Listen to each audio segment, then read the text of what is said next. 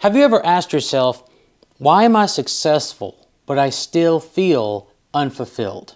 Or maybe I have all of this money or all of these accolades, all of these degrees, all of this status, but yet there's something missing. There's something that I'm not doing. There's something that I'm supposed to be doing that I know I should, but for some reason I feel unsettled. Well, I'm going to walk through you today on how you, yes, you can get aligned, how you can get clarity, how you can stop drifting, because there's some things that money just cannot buy, believe it or not. Money can help you solve problems, but if I asked you today, I said, hey, would you like $20 million, but you'll die at the end of the day? You would probably not take that deal, right? Or if I said, hey, I'll give you $50 million, but you have one day to live. You wouldn't take that deal. And what that shows is that money isn't everything. And there's a reason why you can still feel successful or have this success on the outside, right? But you can still feel unfulfilled. And I'm going to walk you through that today. And we're going to start in the Bible, in the book of Matthew, actually chapter 19, verse 16 through 22. And this is about the rich young man. The rich young man. Now, check this out with me. And behold, a man came up to Jesus, and he said, Teacher, what good deed must I do to have eternal life? So as this man comes up, he's like, what must I do, Jesus, to have eternal life? There's something that I have to do. And remember, this is a wealthy man, right? So he's thinking, what can I pay for? What can I just kind of, get done and get what I need to get? What can I do to get eternal life? Verse 17, and then Jesus said to the man, Why do you ask me about what is good? There is only one who is good. If you would enter life, keep the commandments. He said to him, Well, which ones? And Jesus said, You shall not murder, you shall not commit adultery, you shall not steal, you shall not bear false witness, honor your father and your mother, and you shall love your neighbors as yourself. So Jesus lays out all of these things that, these rules, these commandments that God has sent his people for this rich young man to do. And then verse 20, the young man said to him, all these things I've kept. I've done these things, Jesus. I haven't done adultery. I haven't committed murder. I haven't stolen. I haven't bared false witness. I've been loving my neighbor. I've been honoring my father and my mother. And he said, I've done all these things. What do I still lack? Now remember, this young man, he's rich. There isn't anything that he really needs, but he's recognizing there's something that's missing, which is why he goes to Jesus and he says, what must I do to get eternal life? He's recognizing there's a missing piece here. And so as he goes and Jesus tells him, and he says, well, Jesus, I've done all these things, but I'm lacking something. There's something that's missing. And maybe that's you. Maybe that's you today in your normal life, in your normal groove of your day-to-day, in your leadership, maybe in your business or with your team. You are missing something. Something in your life is lacking.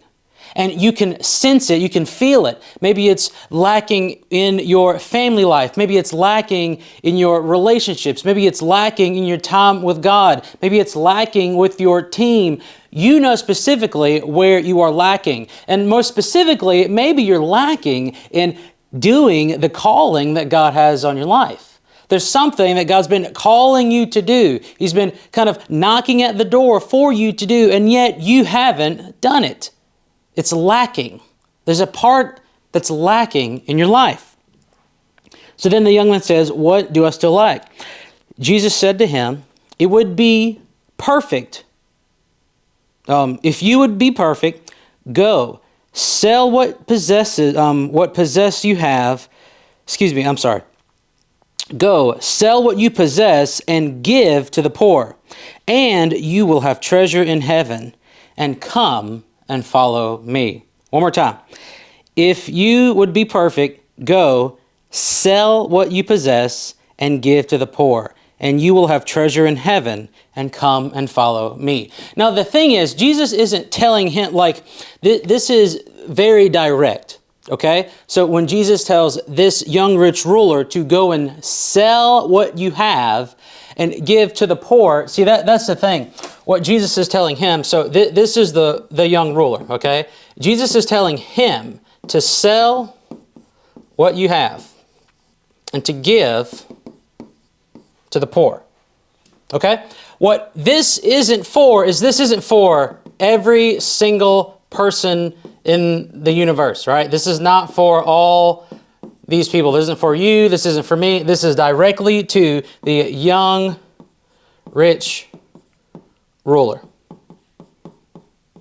This is very important because what you could understand this as is, oh, well, I need to sell everything I have. I need to give everything away. I don't need to eat. I need to give all my food away. I need to starve to death. Oh, I need to give all my drink away. I need to die from thirst. I need to give away my house. I don't need to live anywhere. I need to give away my kid. Like, hold up, okay? But there's a very, very specific reason why Jesus is telling this young rich ruler to sell what you have and give it to the poor. Because remember, this young rich ruler, what was he feeling? He was feeling lack. He's feeling lack. And so Jesus tells him to go do these things.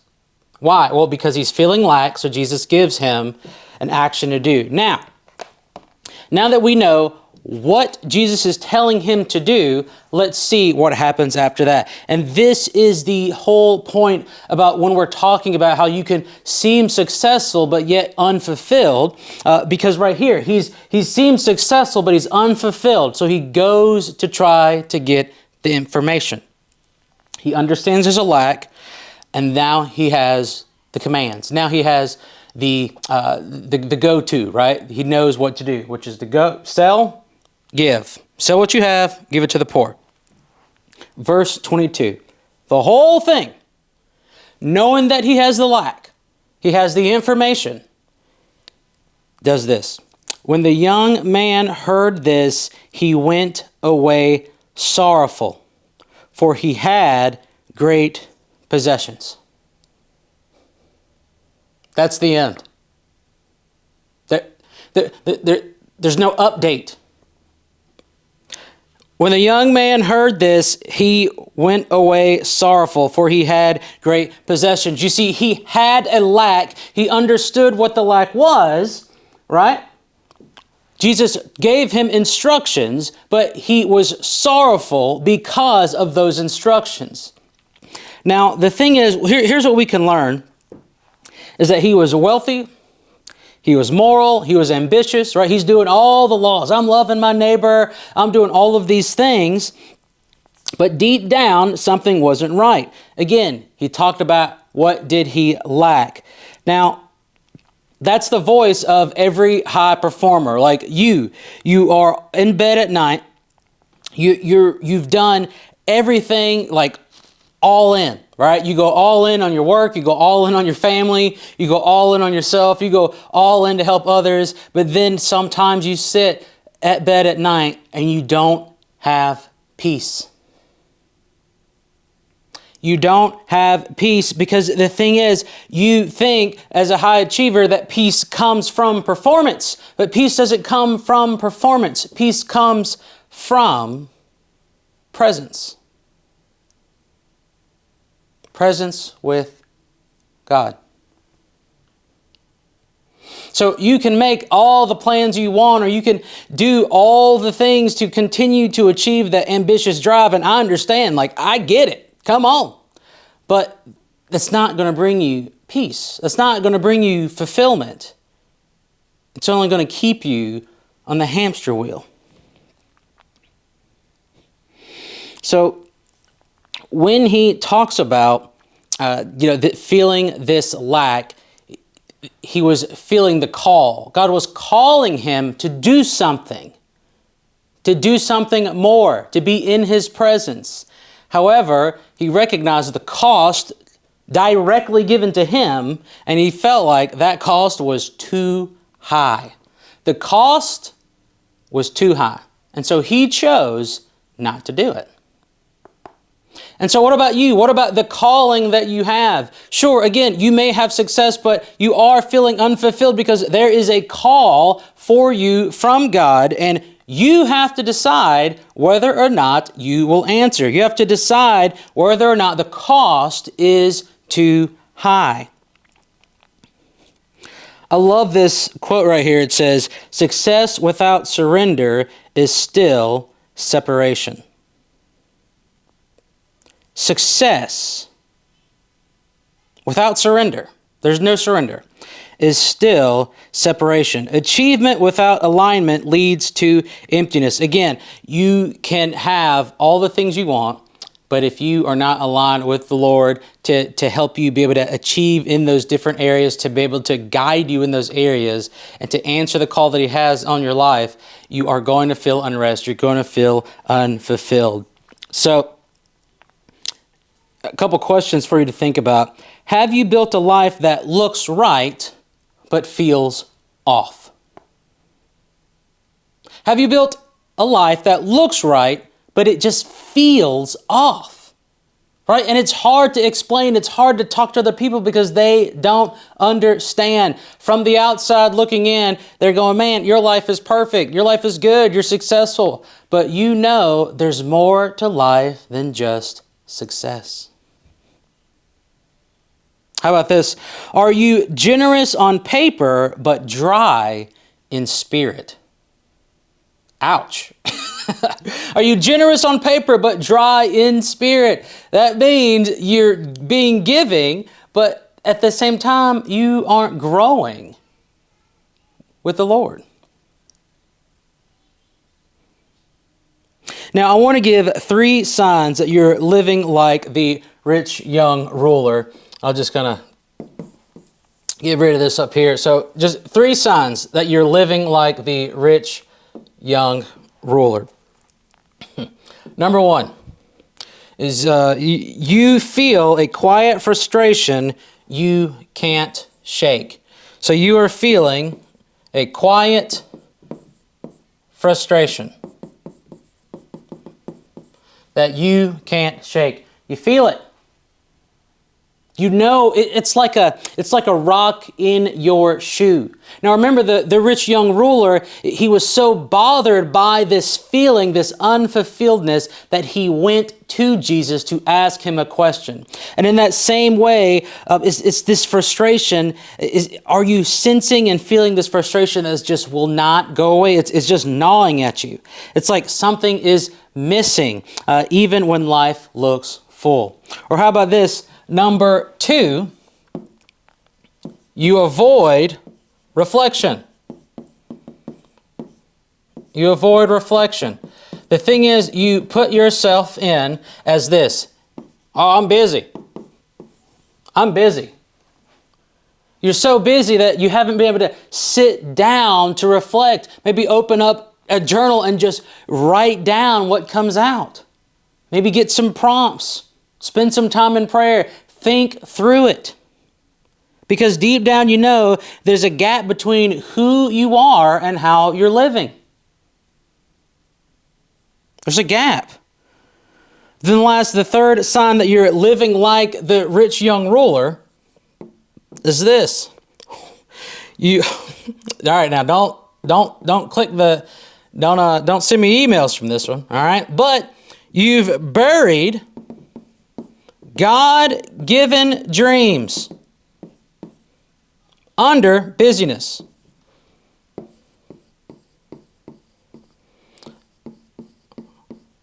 Under busyness. Here's the difference. God-given. You are burying God-given dreams under what? Busyness. Because you're a high achiever, because you're ambitious, because you know that you're gifted in things and you want to keep doing things and be busy doing things and more things. Woo! But doing things is different than living in your calling that God has for you.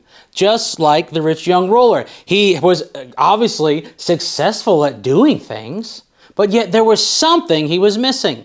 And when he saw the cost, again, the cost was too high. And you right now are telling God that, God, the cost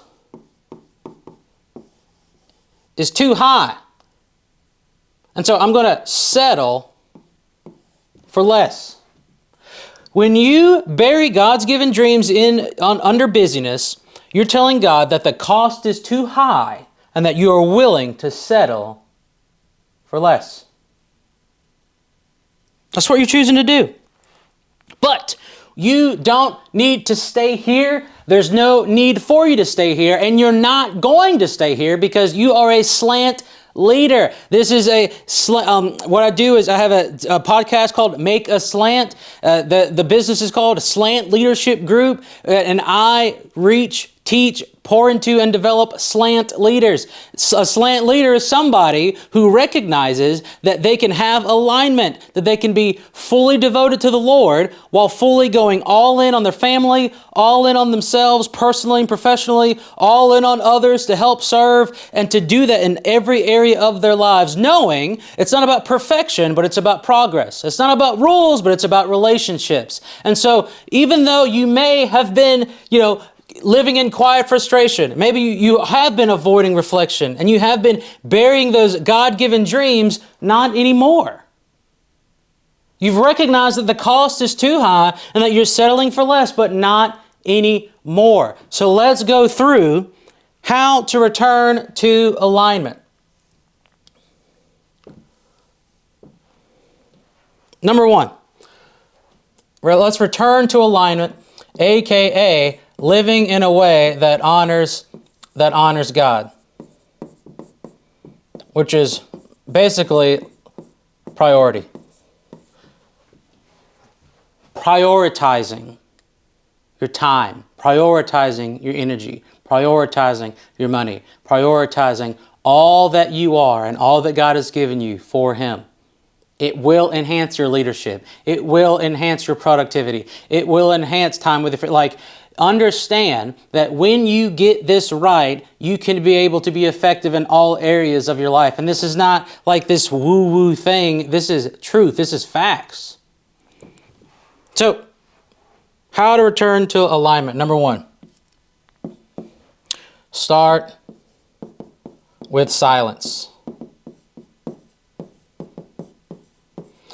Well, what does that mean? Start with silence. Can you imagine how many advertisements you hear in a day? Do you know how many decisions?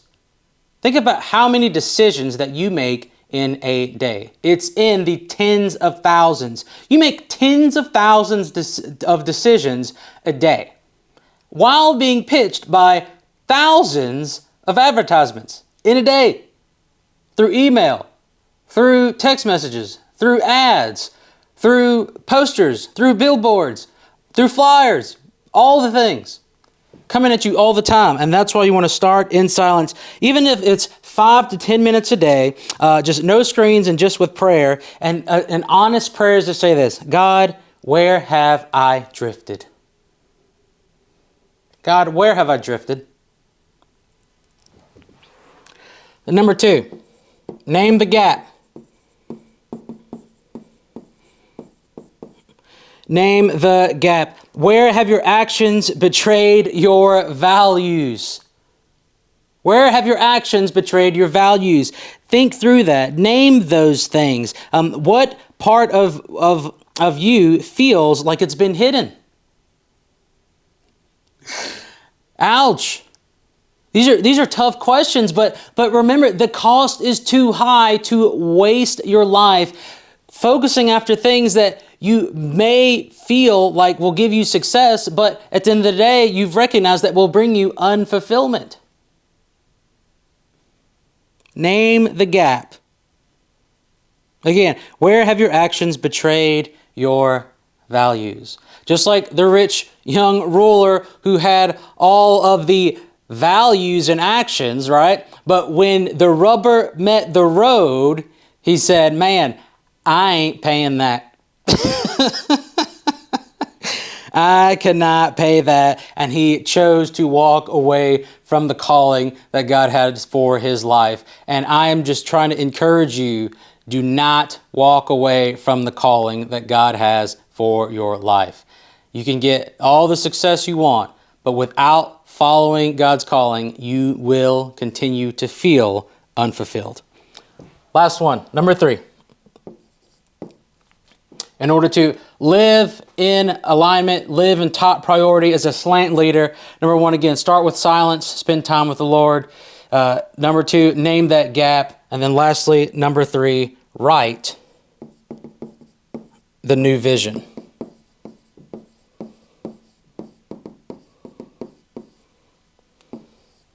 Write the new vision. Not just for what you want to achieve, but really who you want to become. Spiritually, relationally, internally. Who do you want to become? Who is the person God's calling you to be? Be that person now.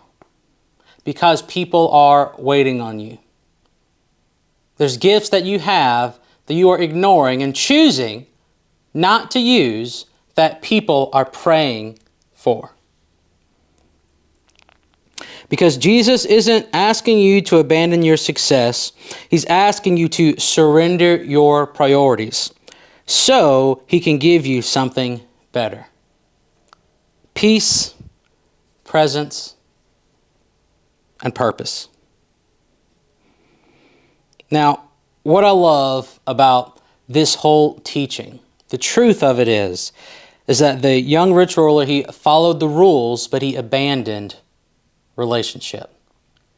And as you think through, what are you walking away from? What are you not doing? What's that calling that you've been avoiding that has you feeling unfulfilled? You have to understand, don't do what he did. The young rich ruler, he left away sorrowful. He gave up. He gave up on the future. He gave up on the treasures in heaven. He gave up on the only thing that can truly fulfill him. And that's what many high achievers are doing today. You're asking the question, what do I still lack? And the answer that I want you to know is that if you are lacking anything, it is because that you are prioritizing everything except for time with God. Because with that, He will help you become a better leader. He will help you become a better business owner. He will help you become a better spouse. He will help you become a better parent. He will help you become a better friend, a better sibling, a better son, daughter, whatever the case is. And I guarantee it.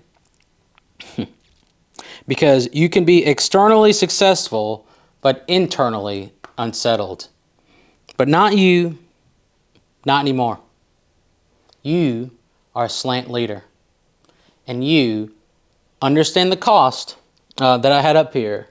You understand the cost of following your calling. And you are not going to do what the young rich ruler did. You're not going to walk away. You're going to lean in. You're going to get it done. You're going to do it. You're going to impact people. You're going to serve people. You're going to help people. You're going to grow. Why? It's because it's who you were created to be. Not everybody is a slant leader. Only a selected group of people are crazy enough and ambitious enough to understand that we want to do everything God has called us to do in such a short amount of time that we have here on earth. I hope that today's video blessed you. And with that said, you're one slant away from changing your life.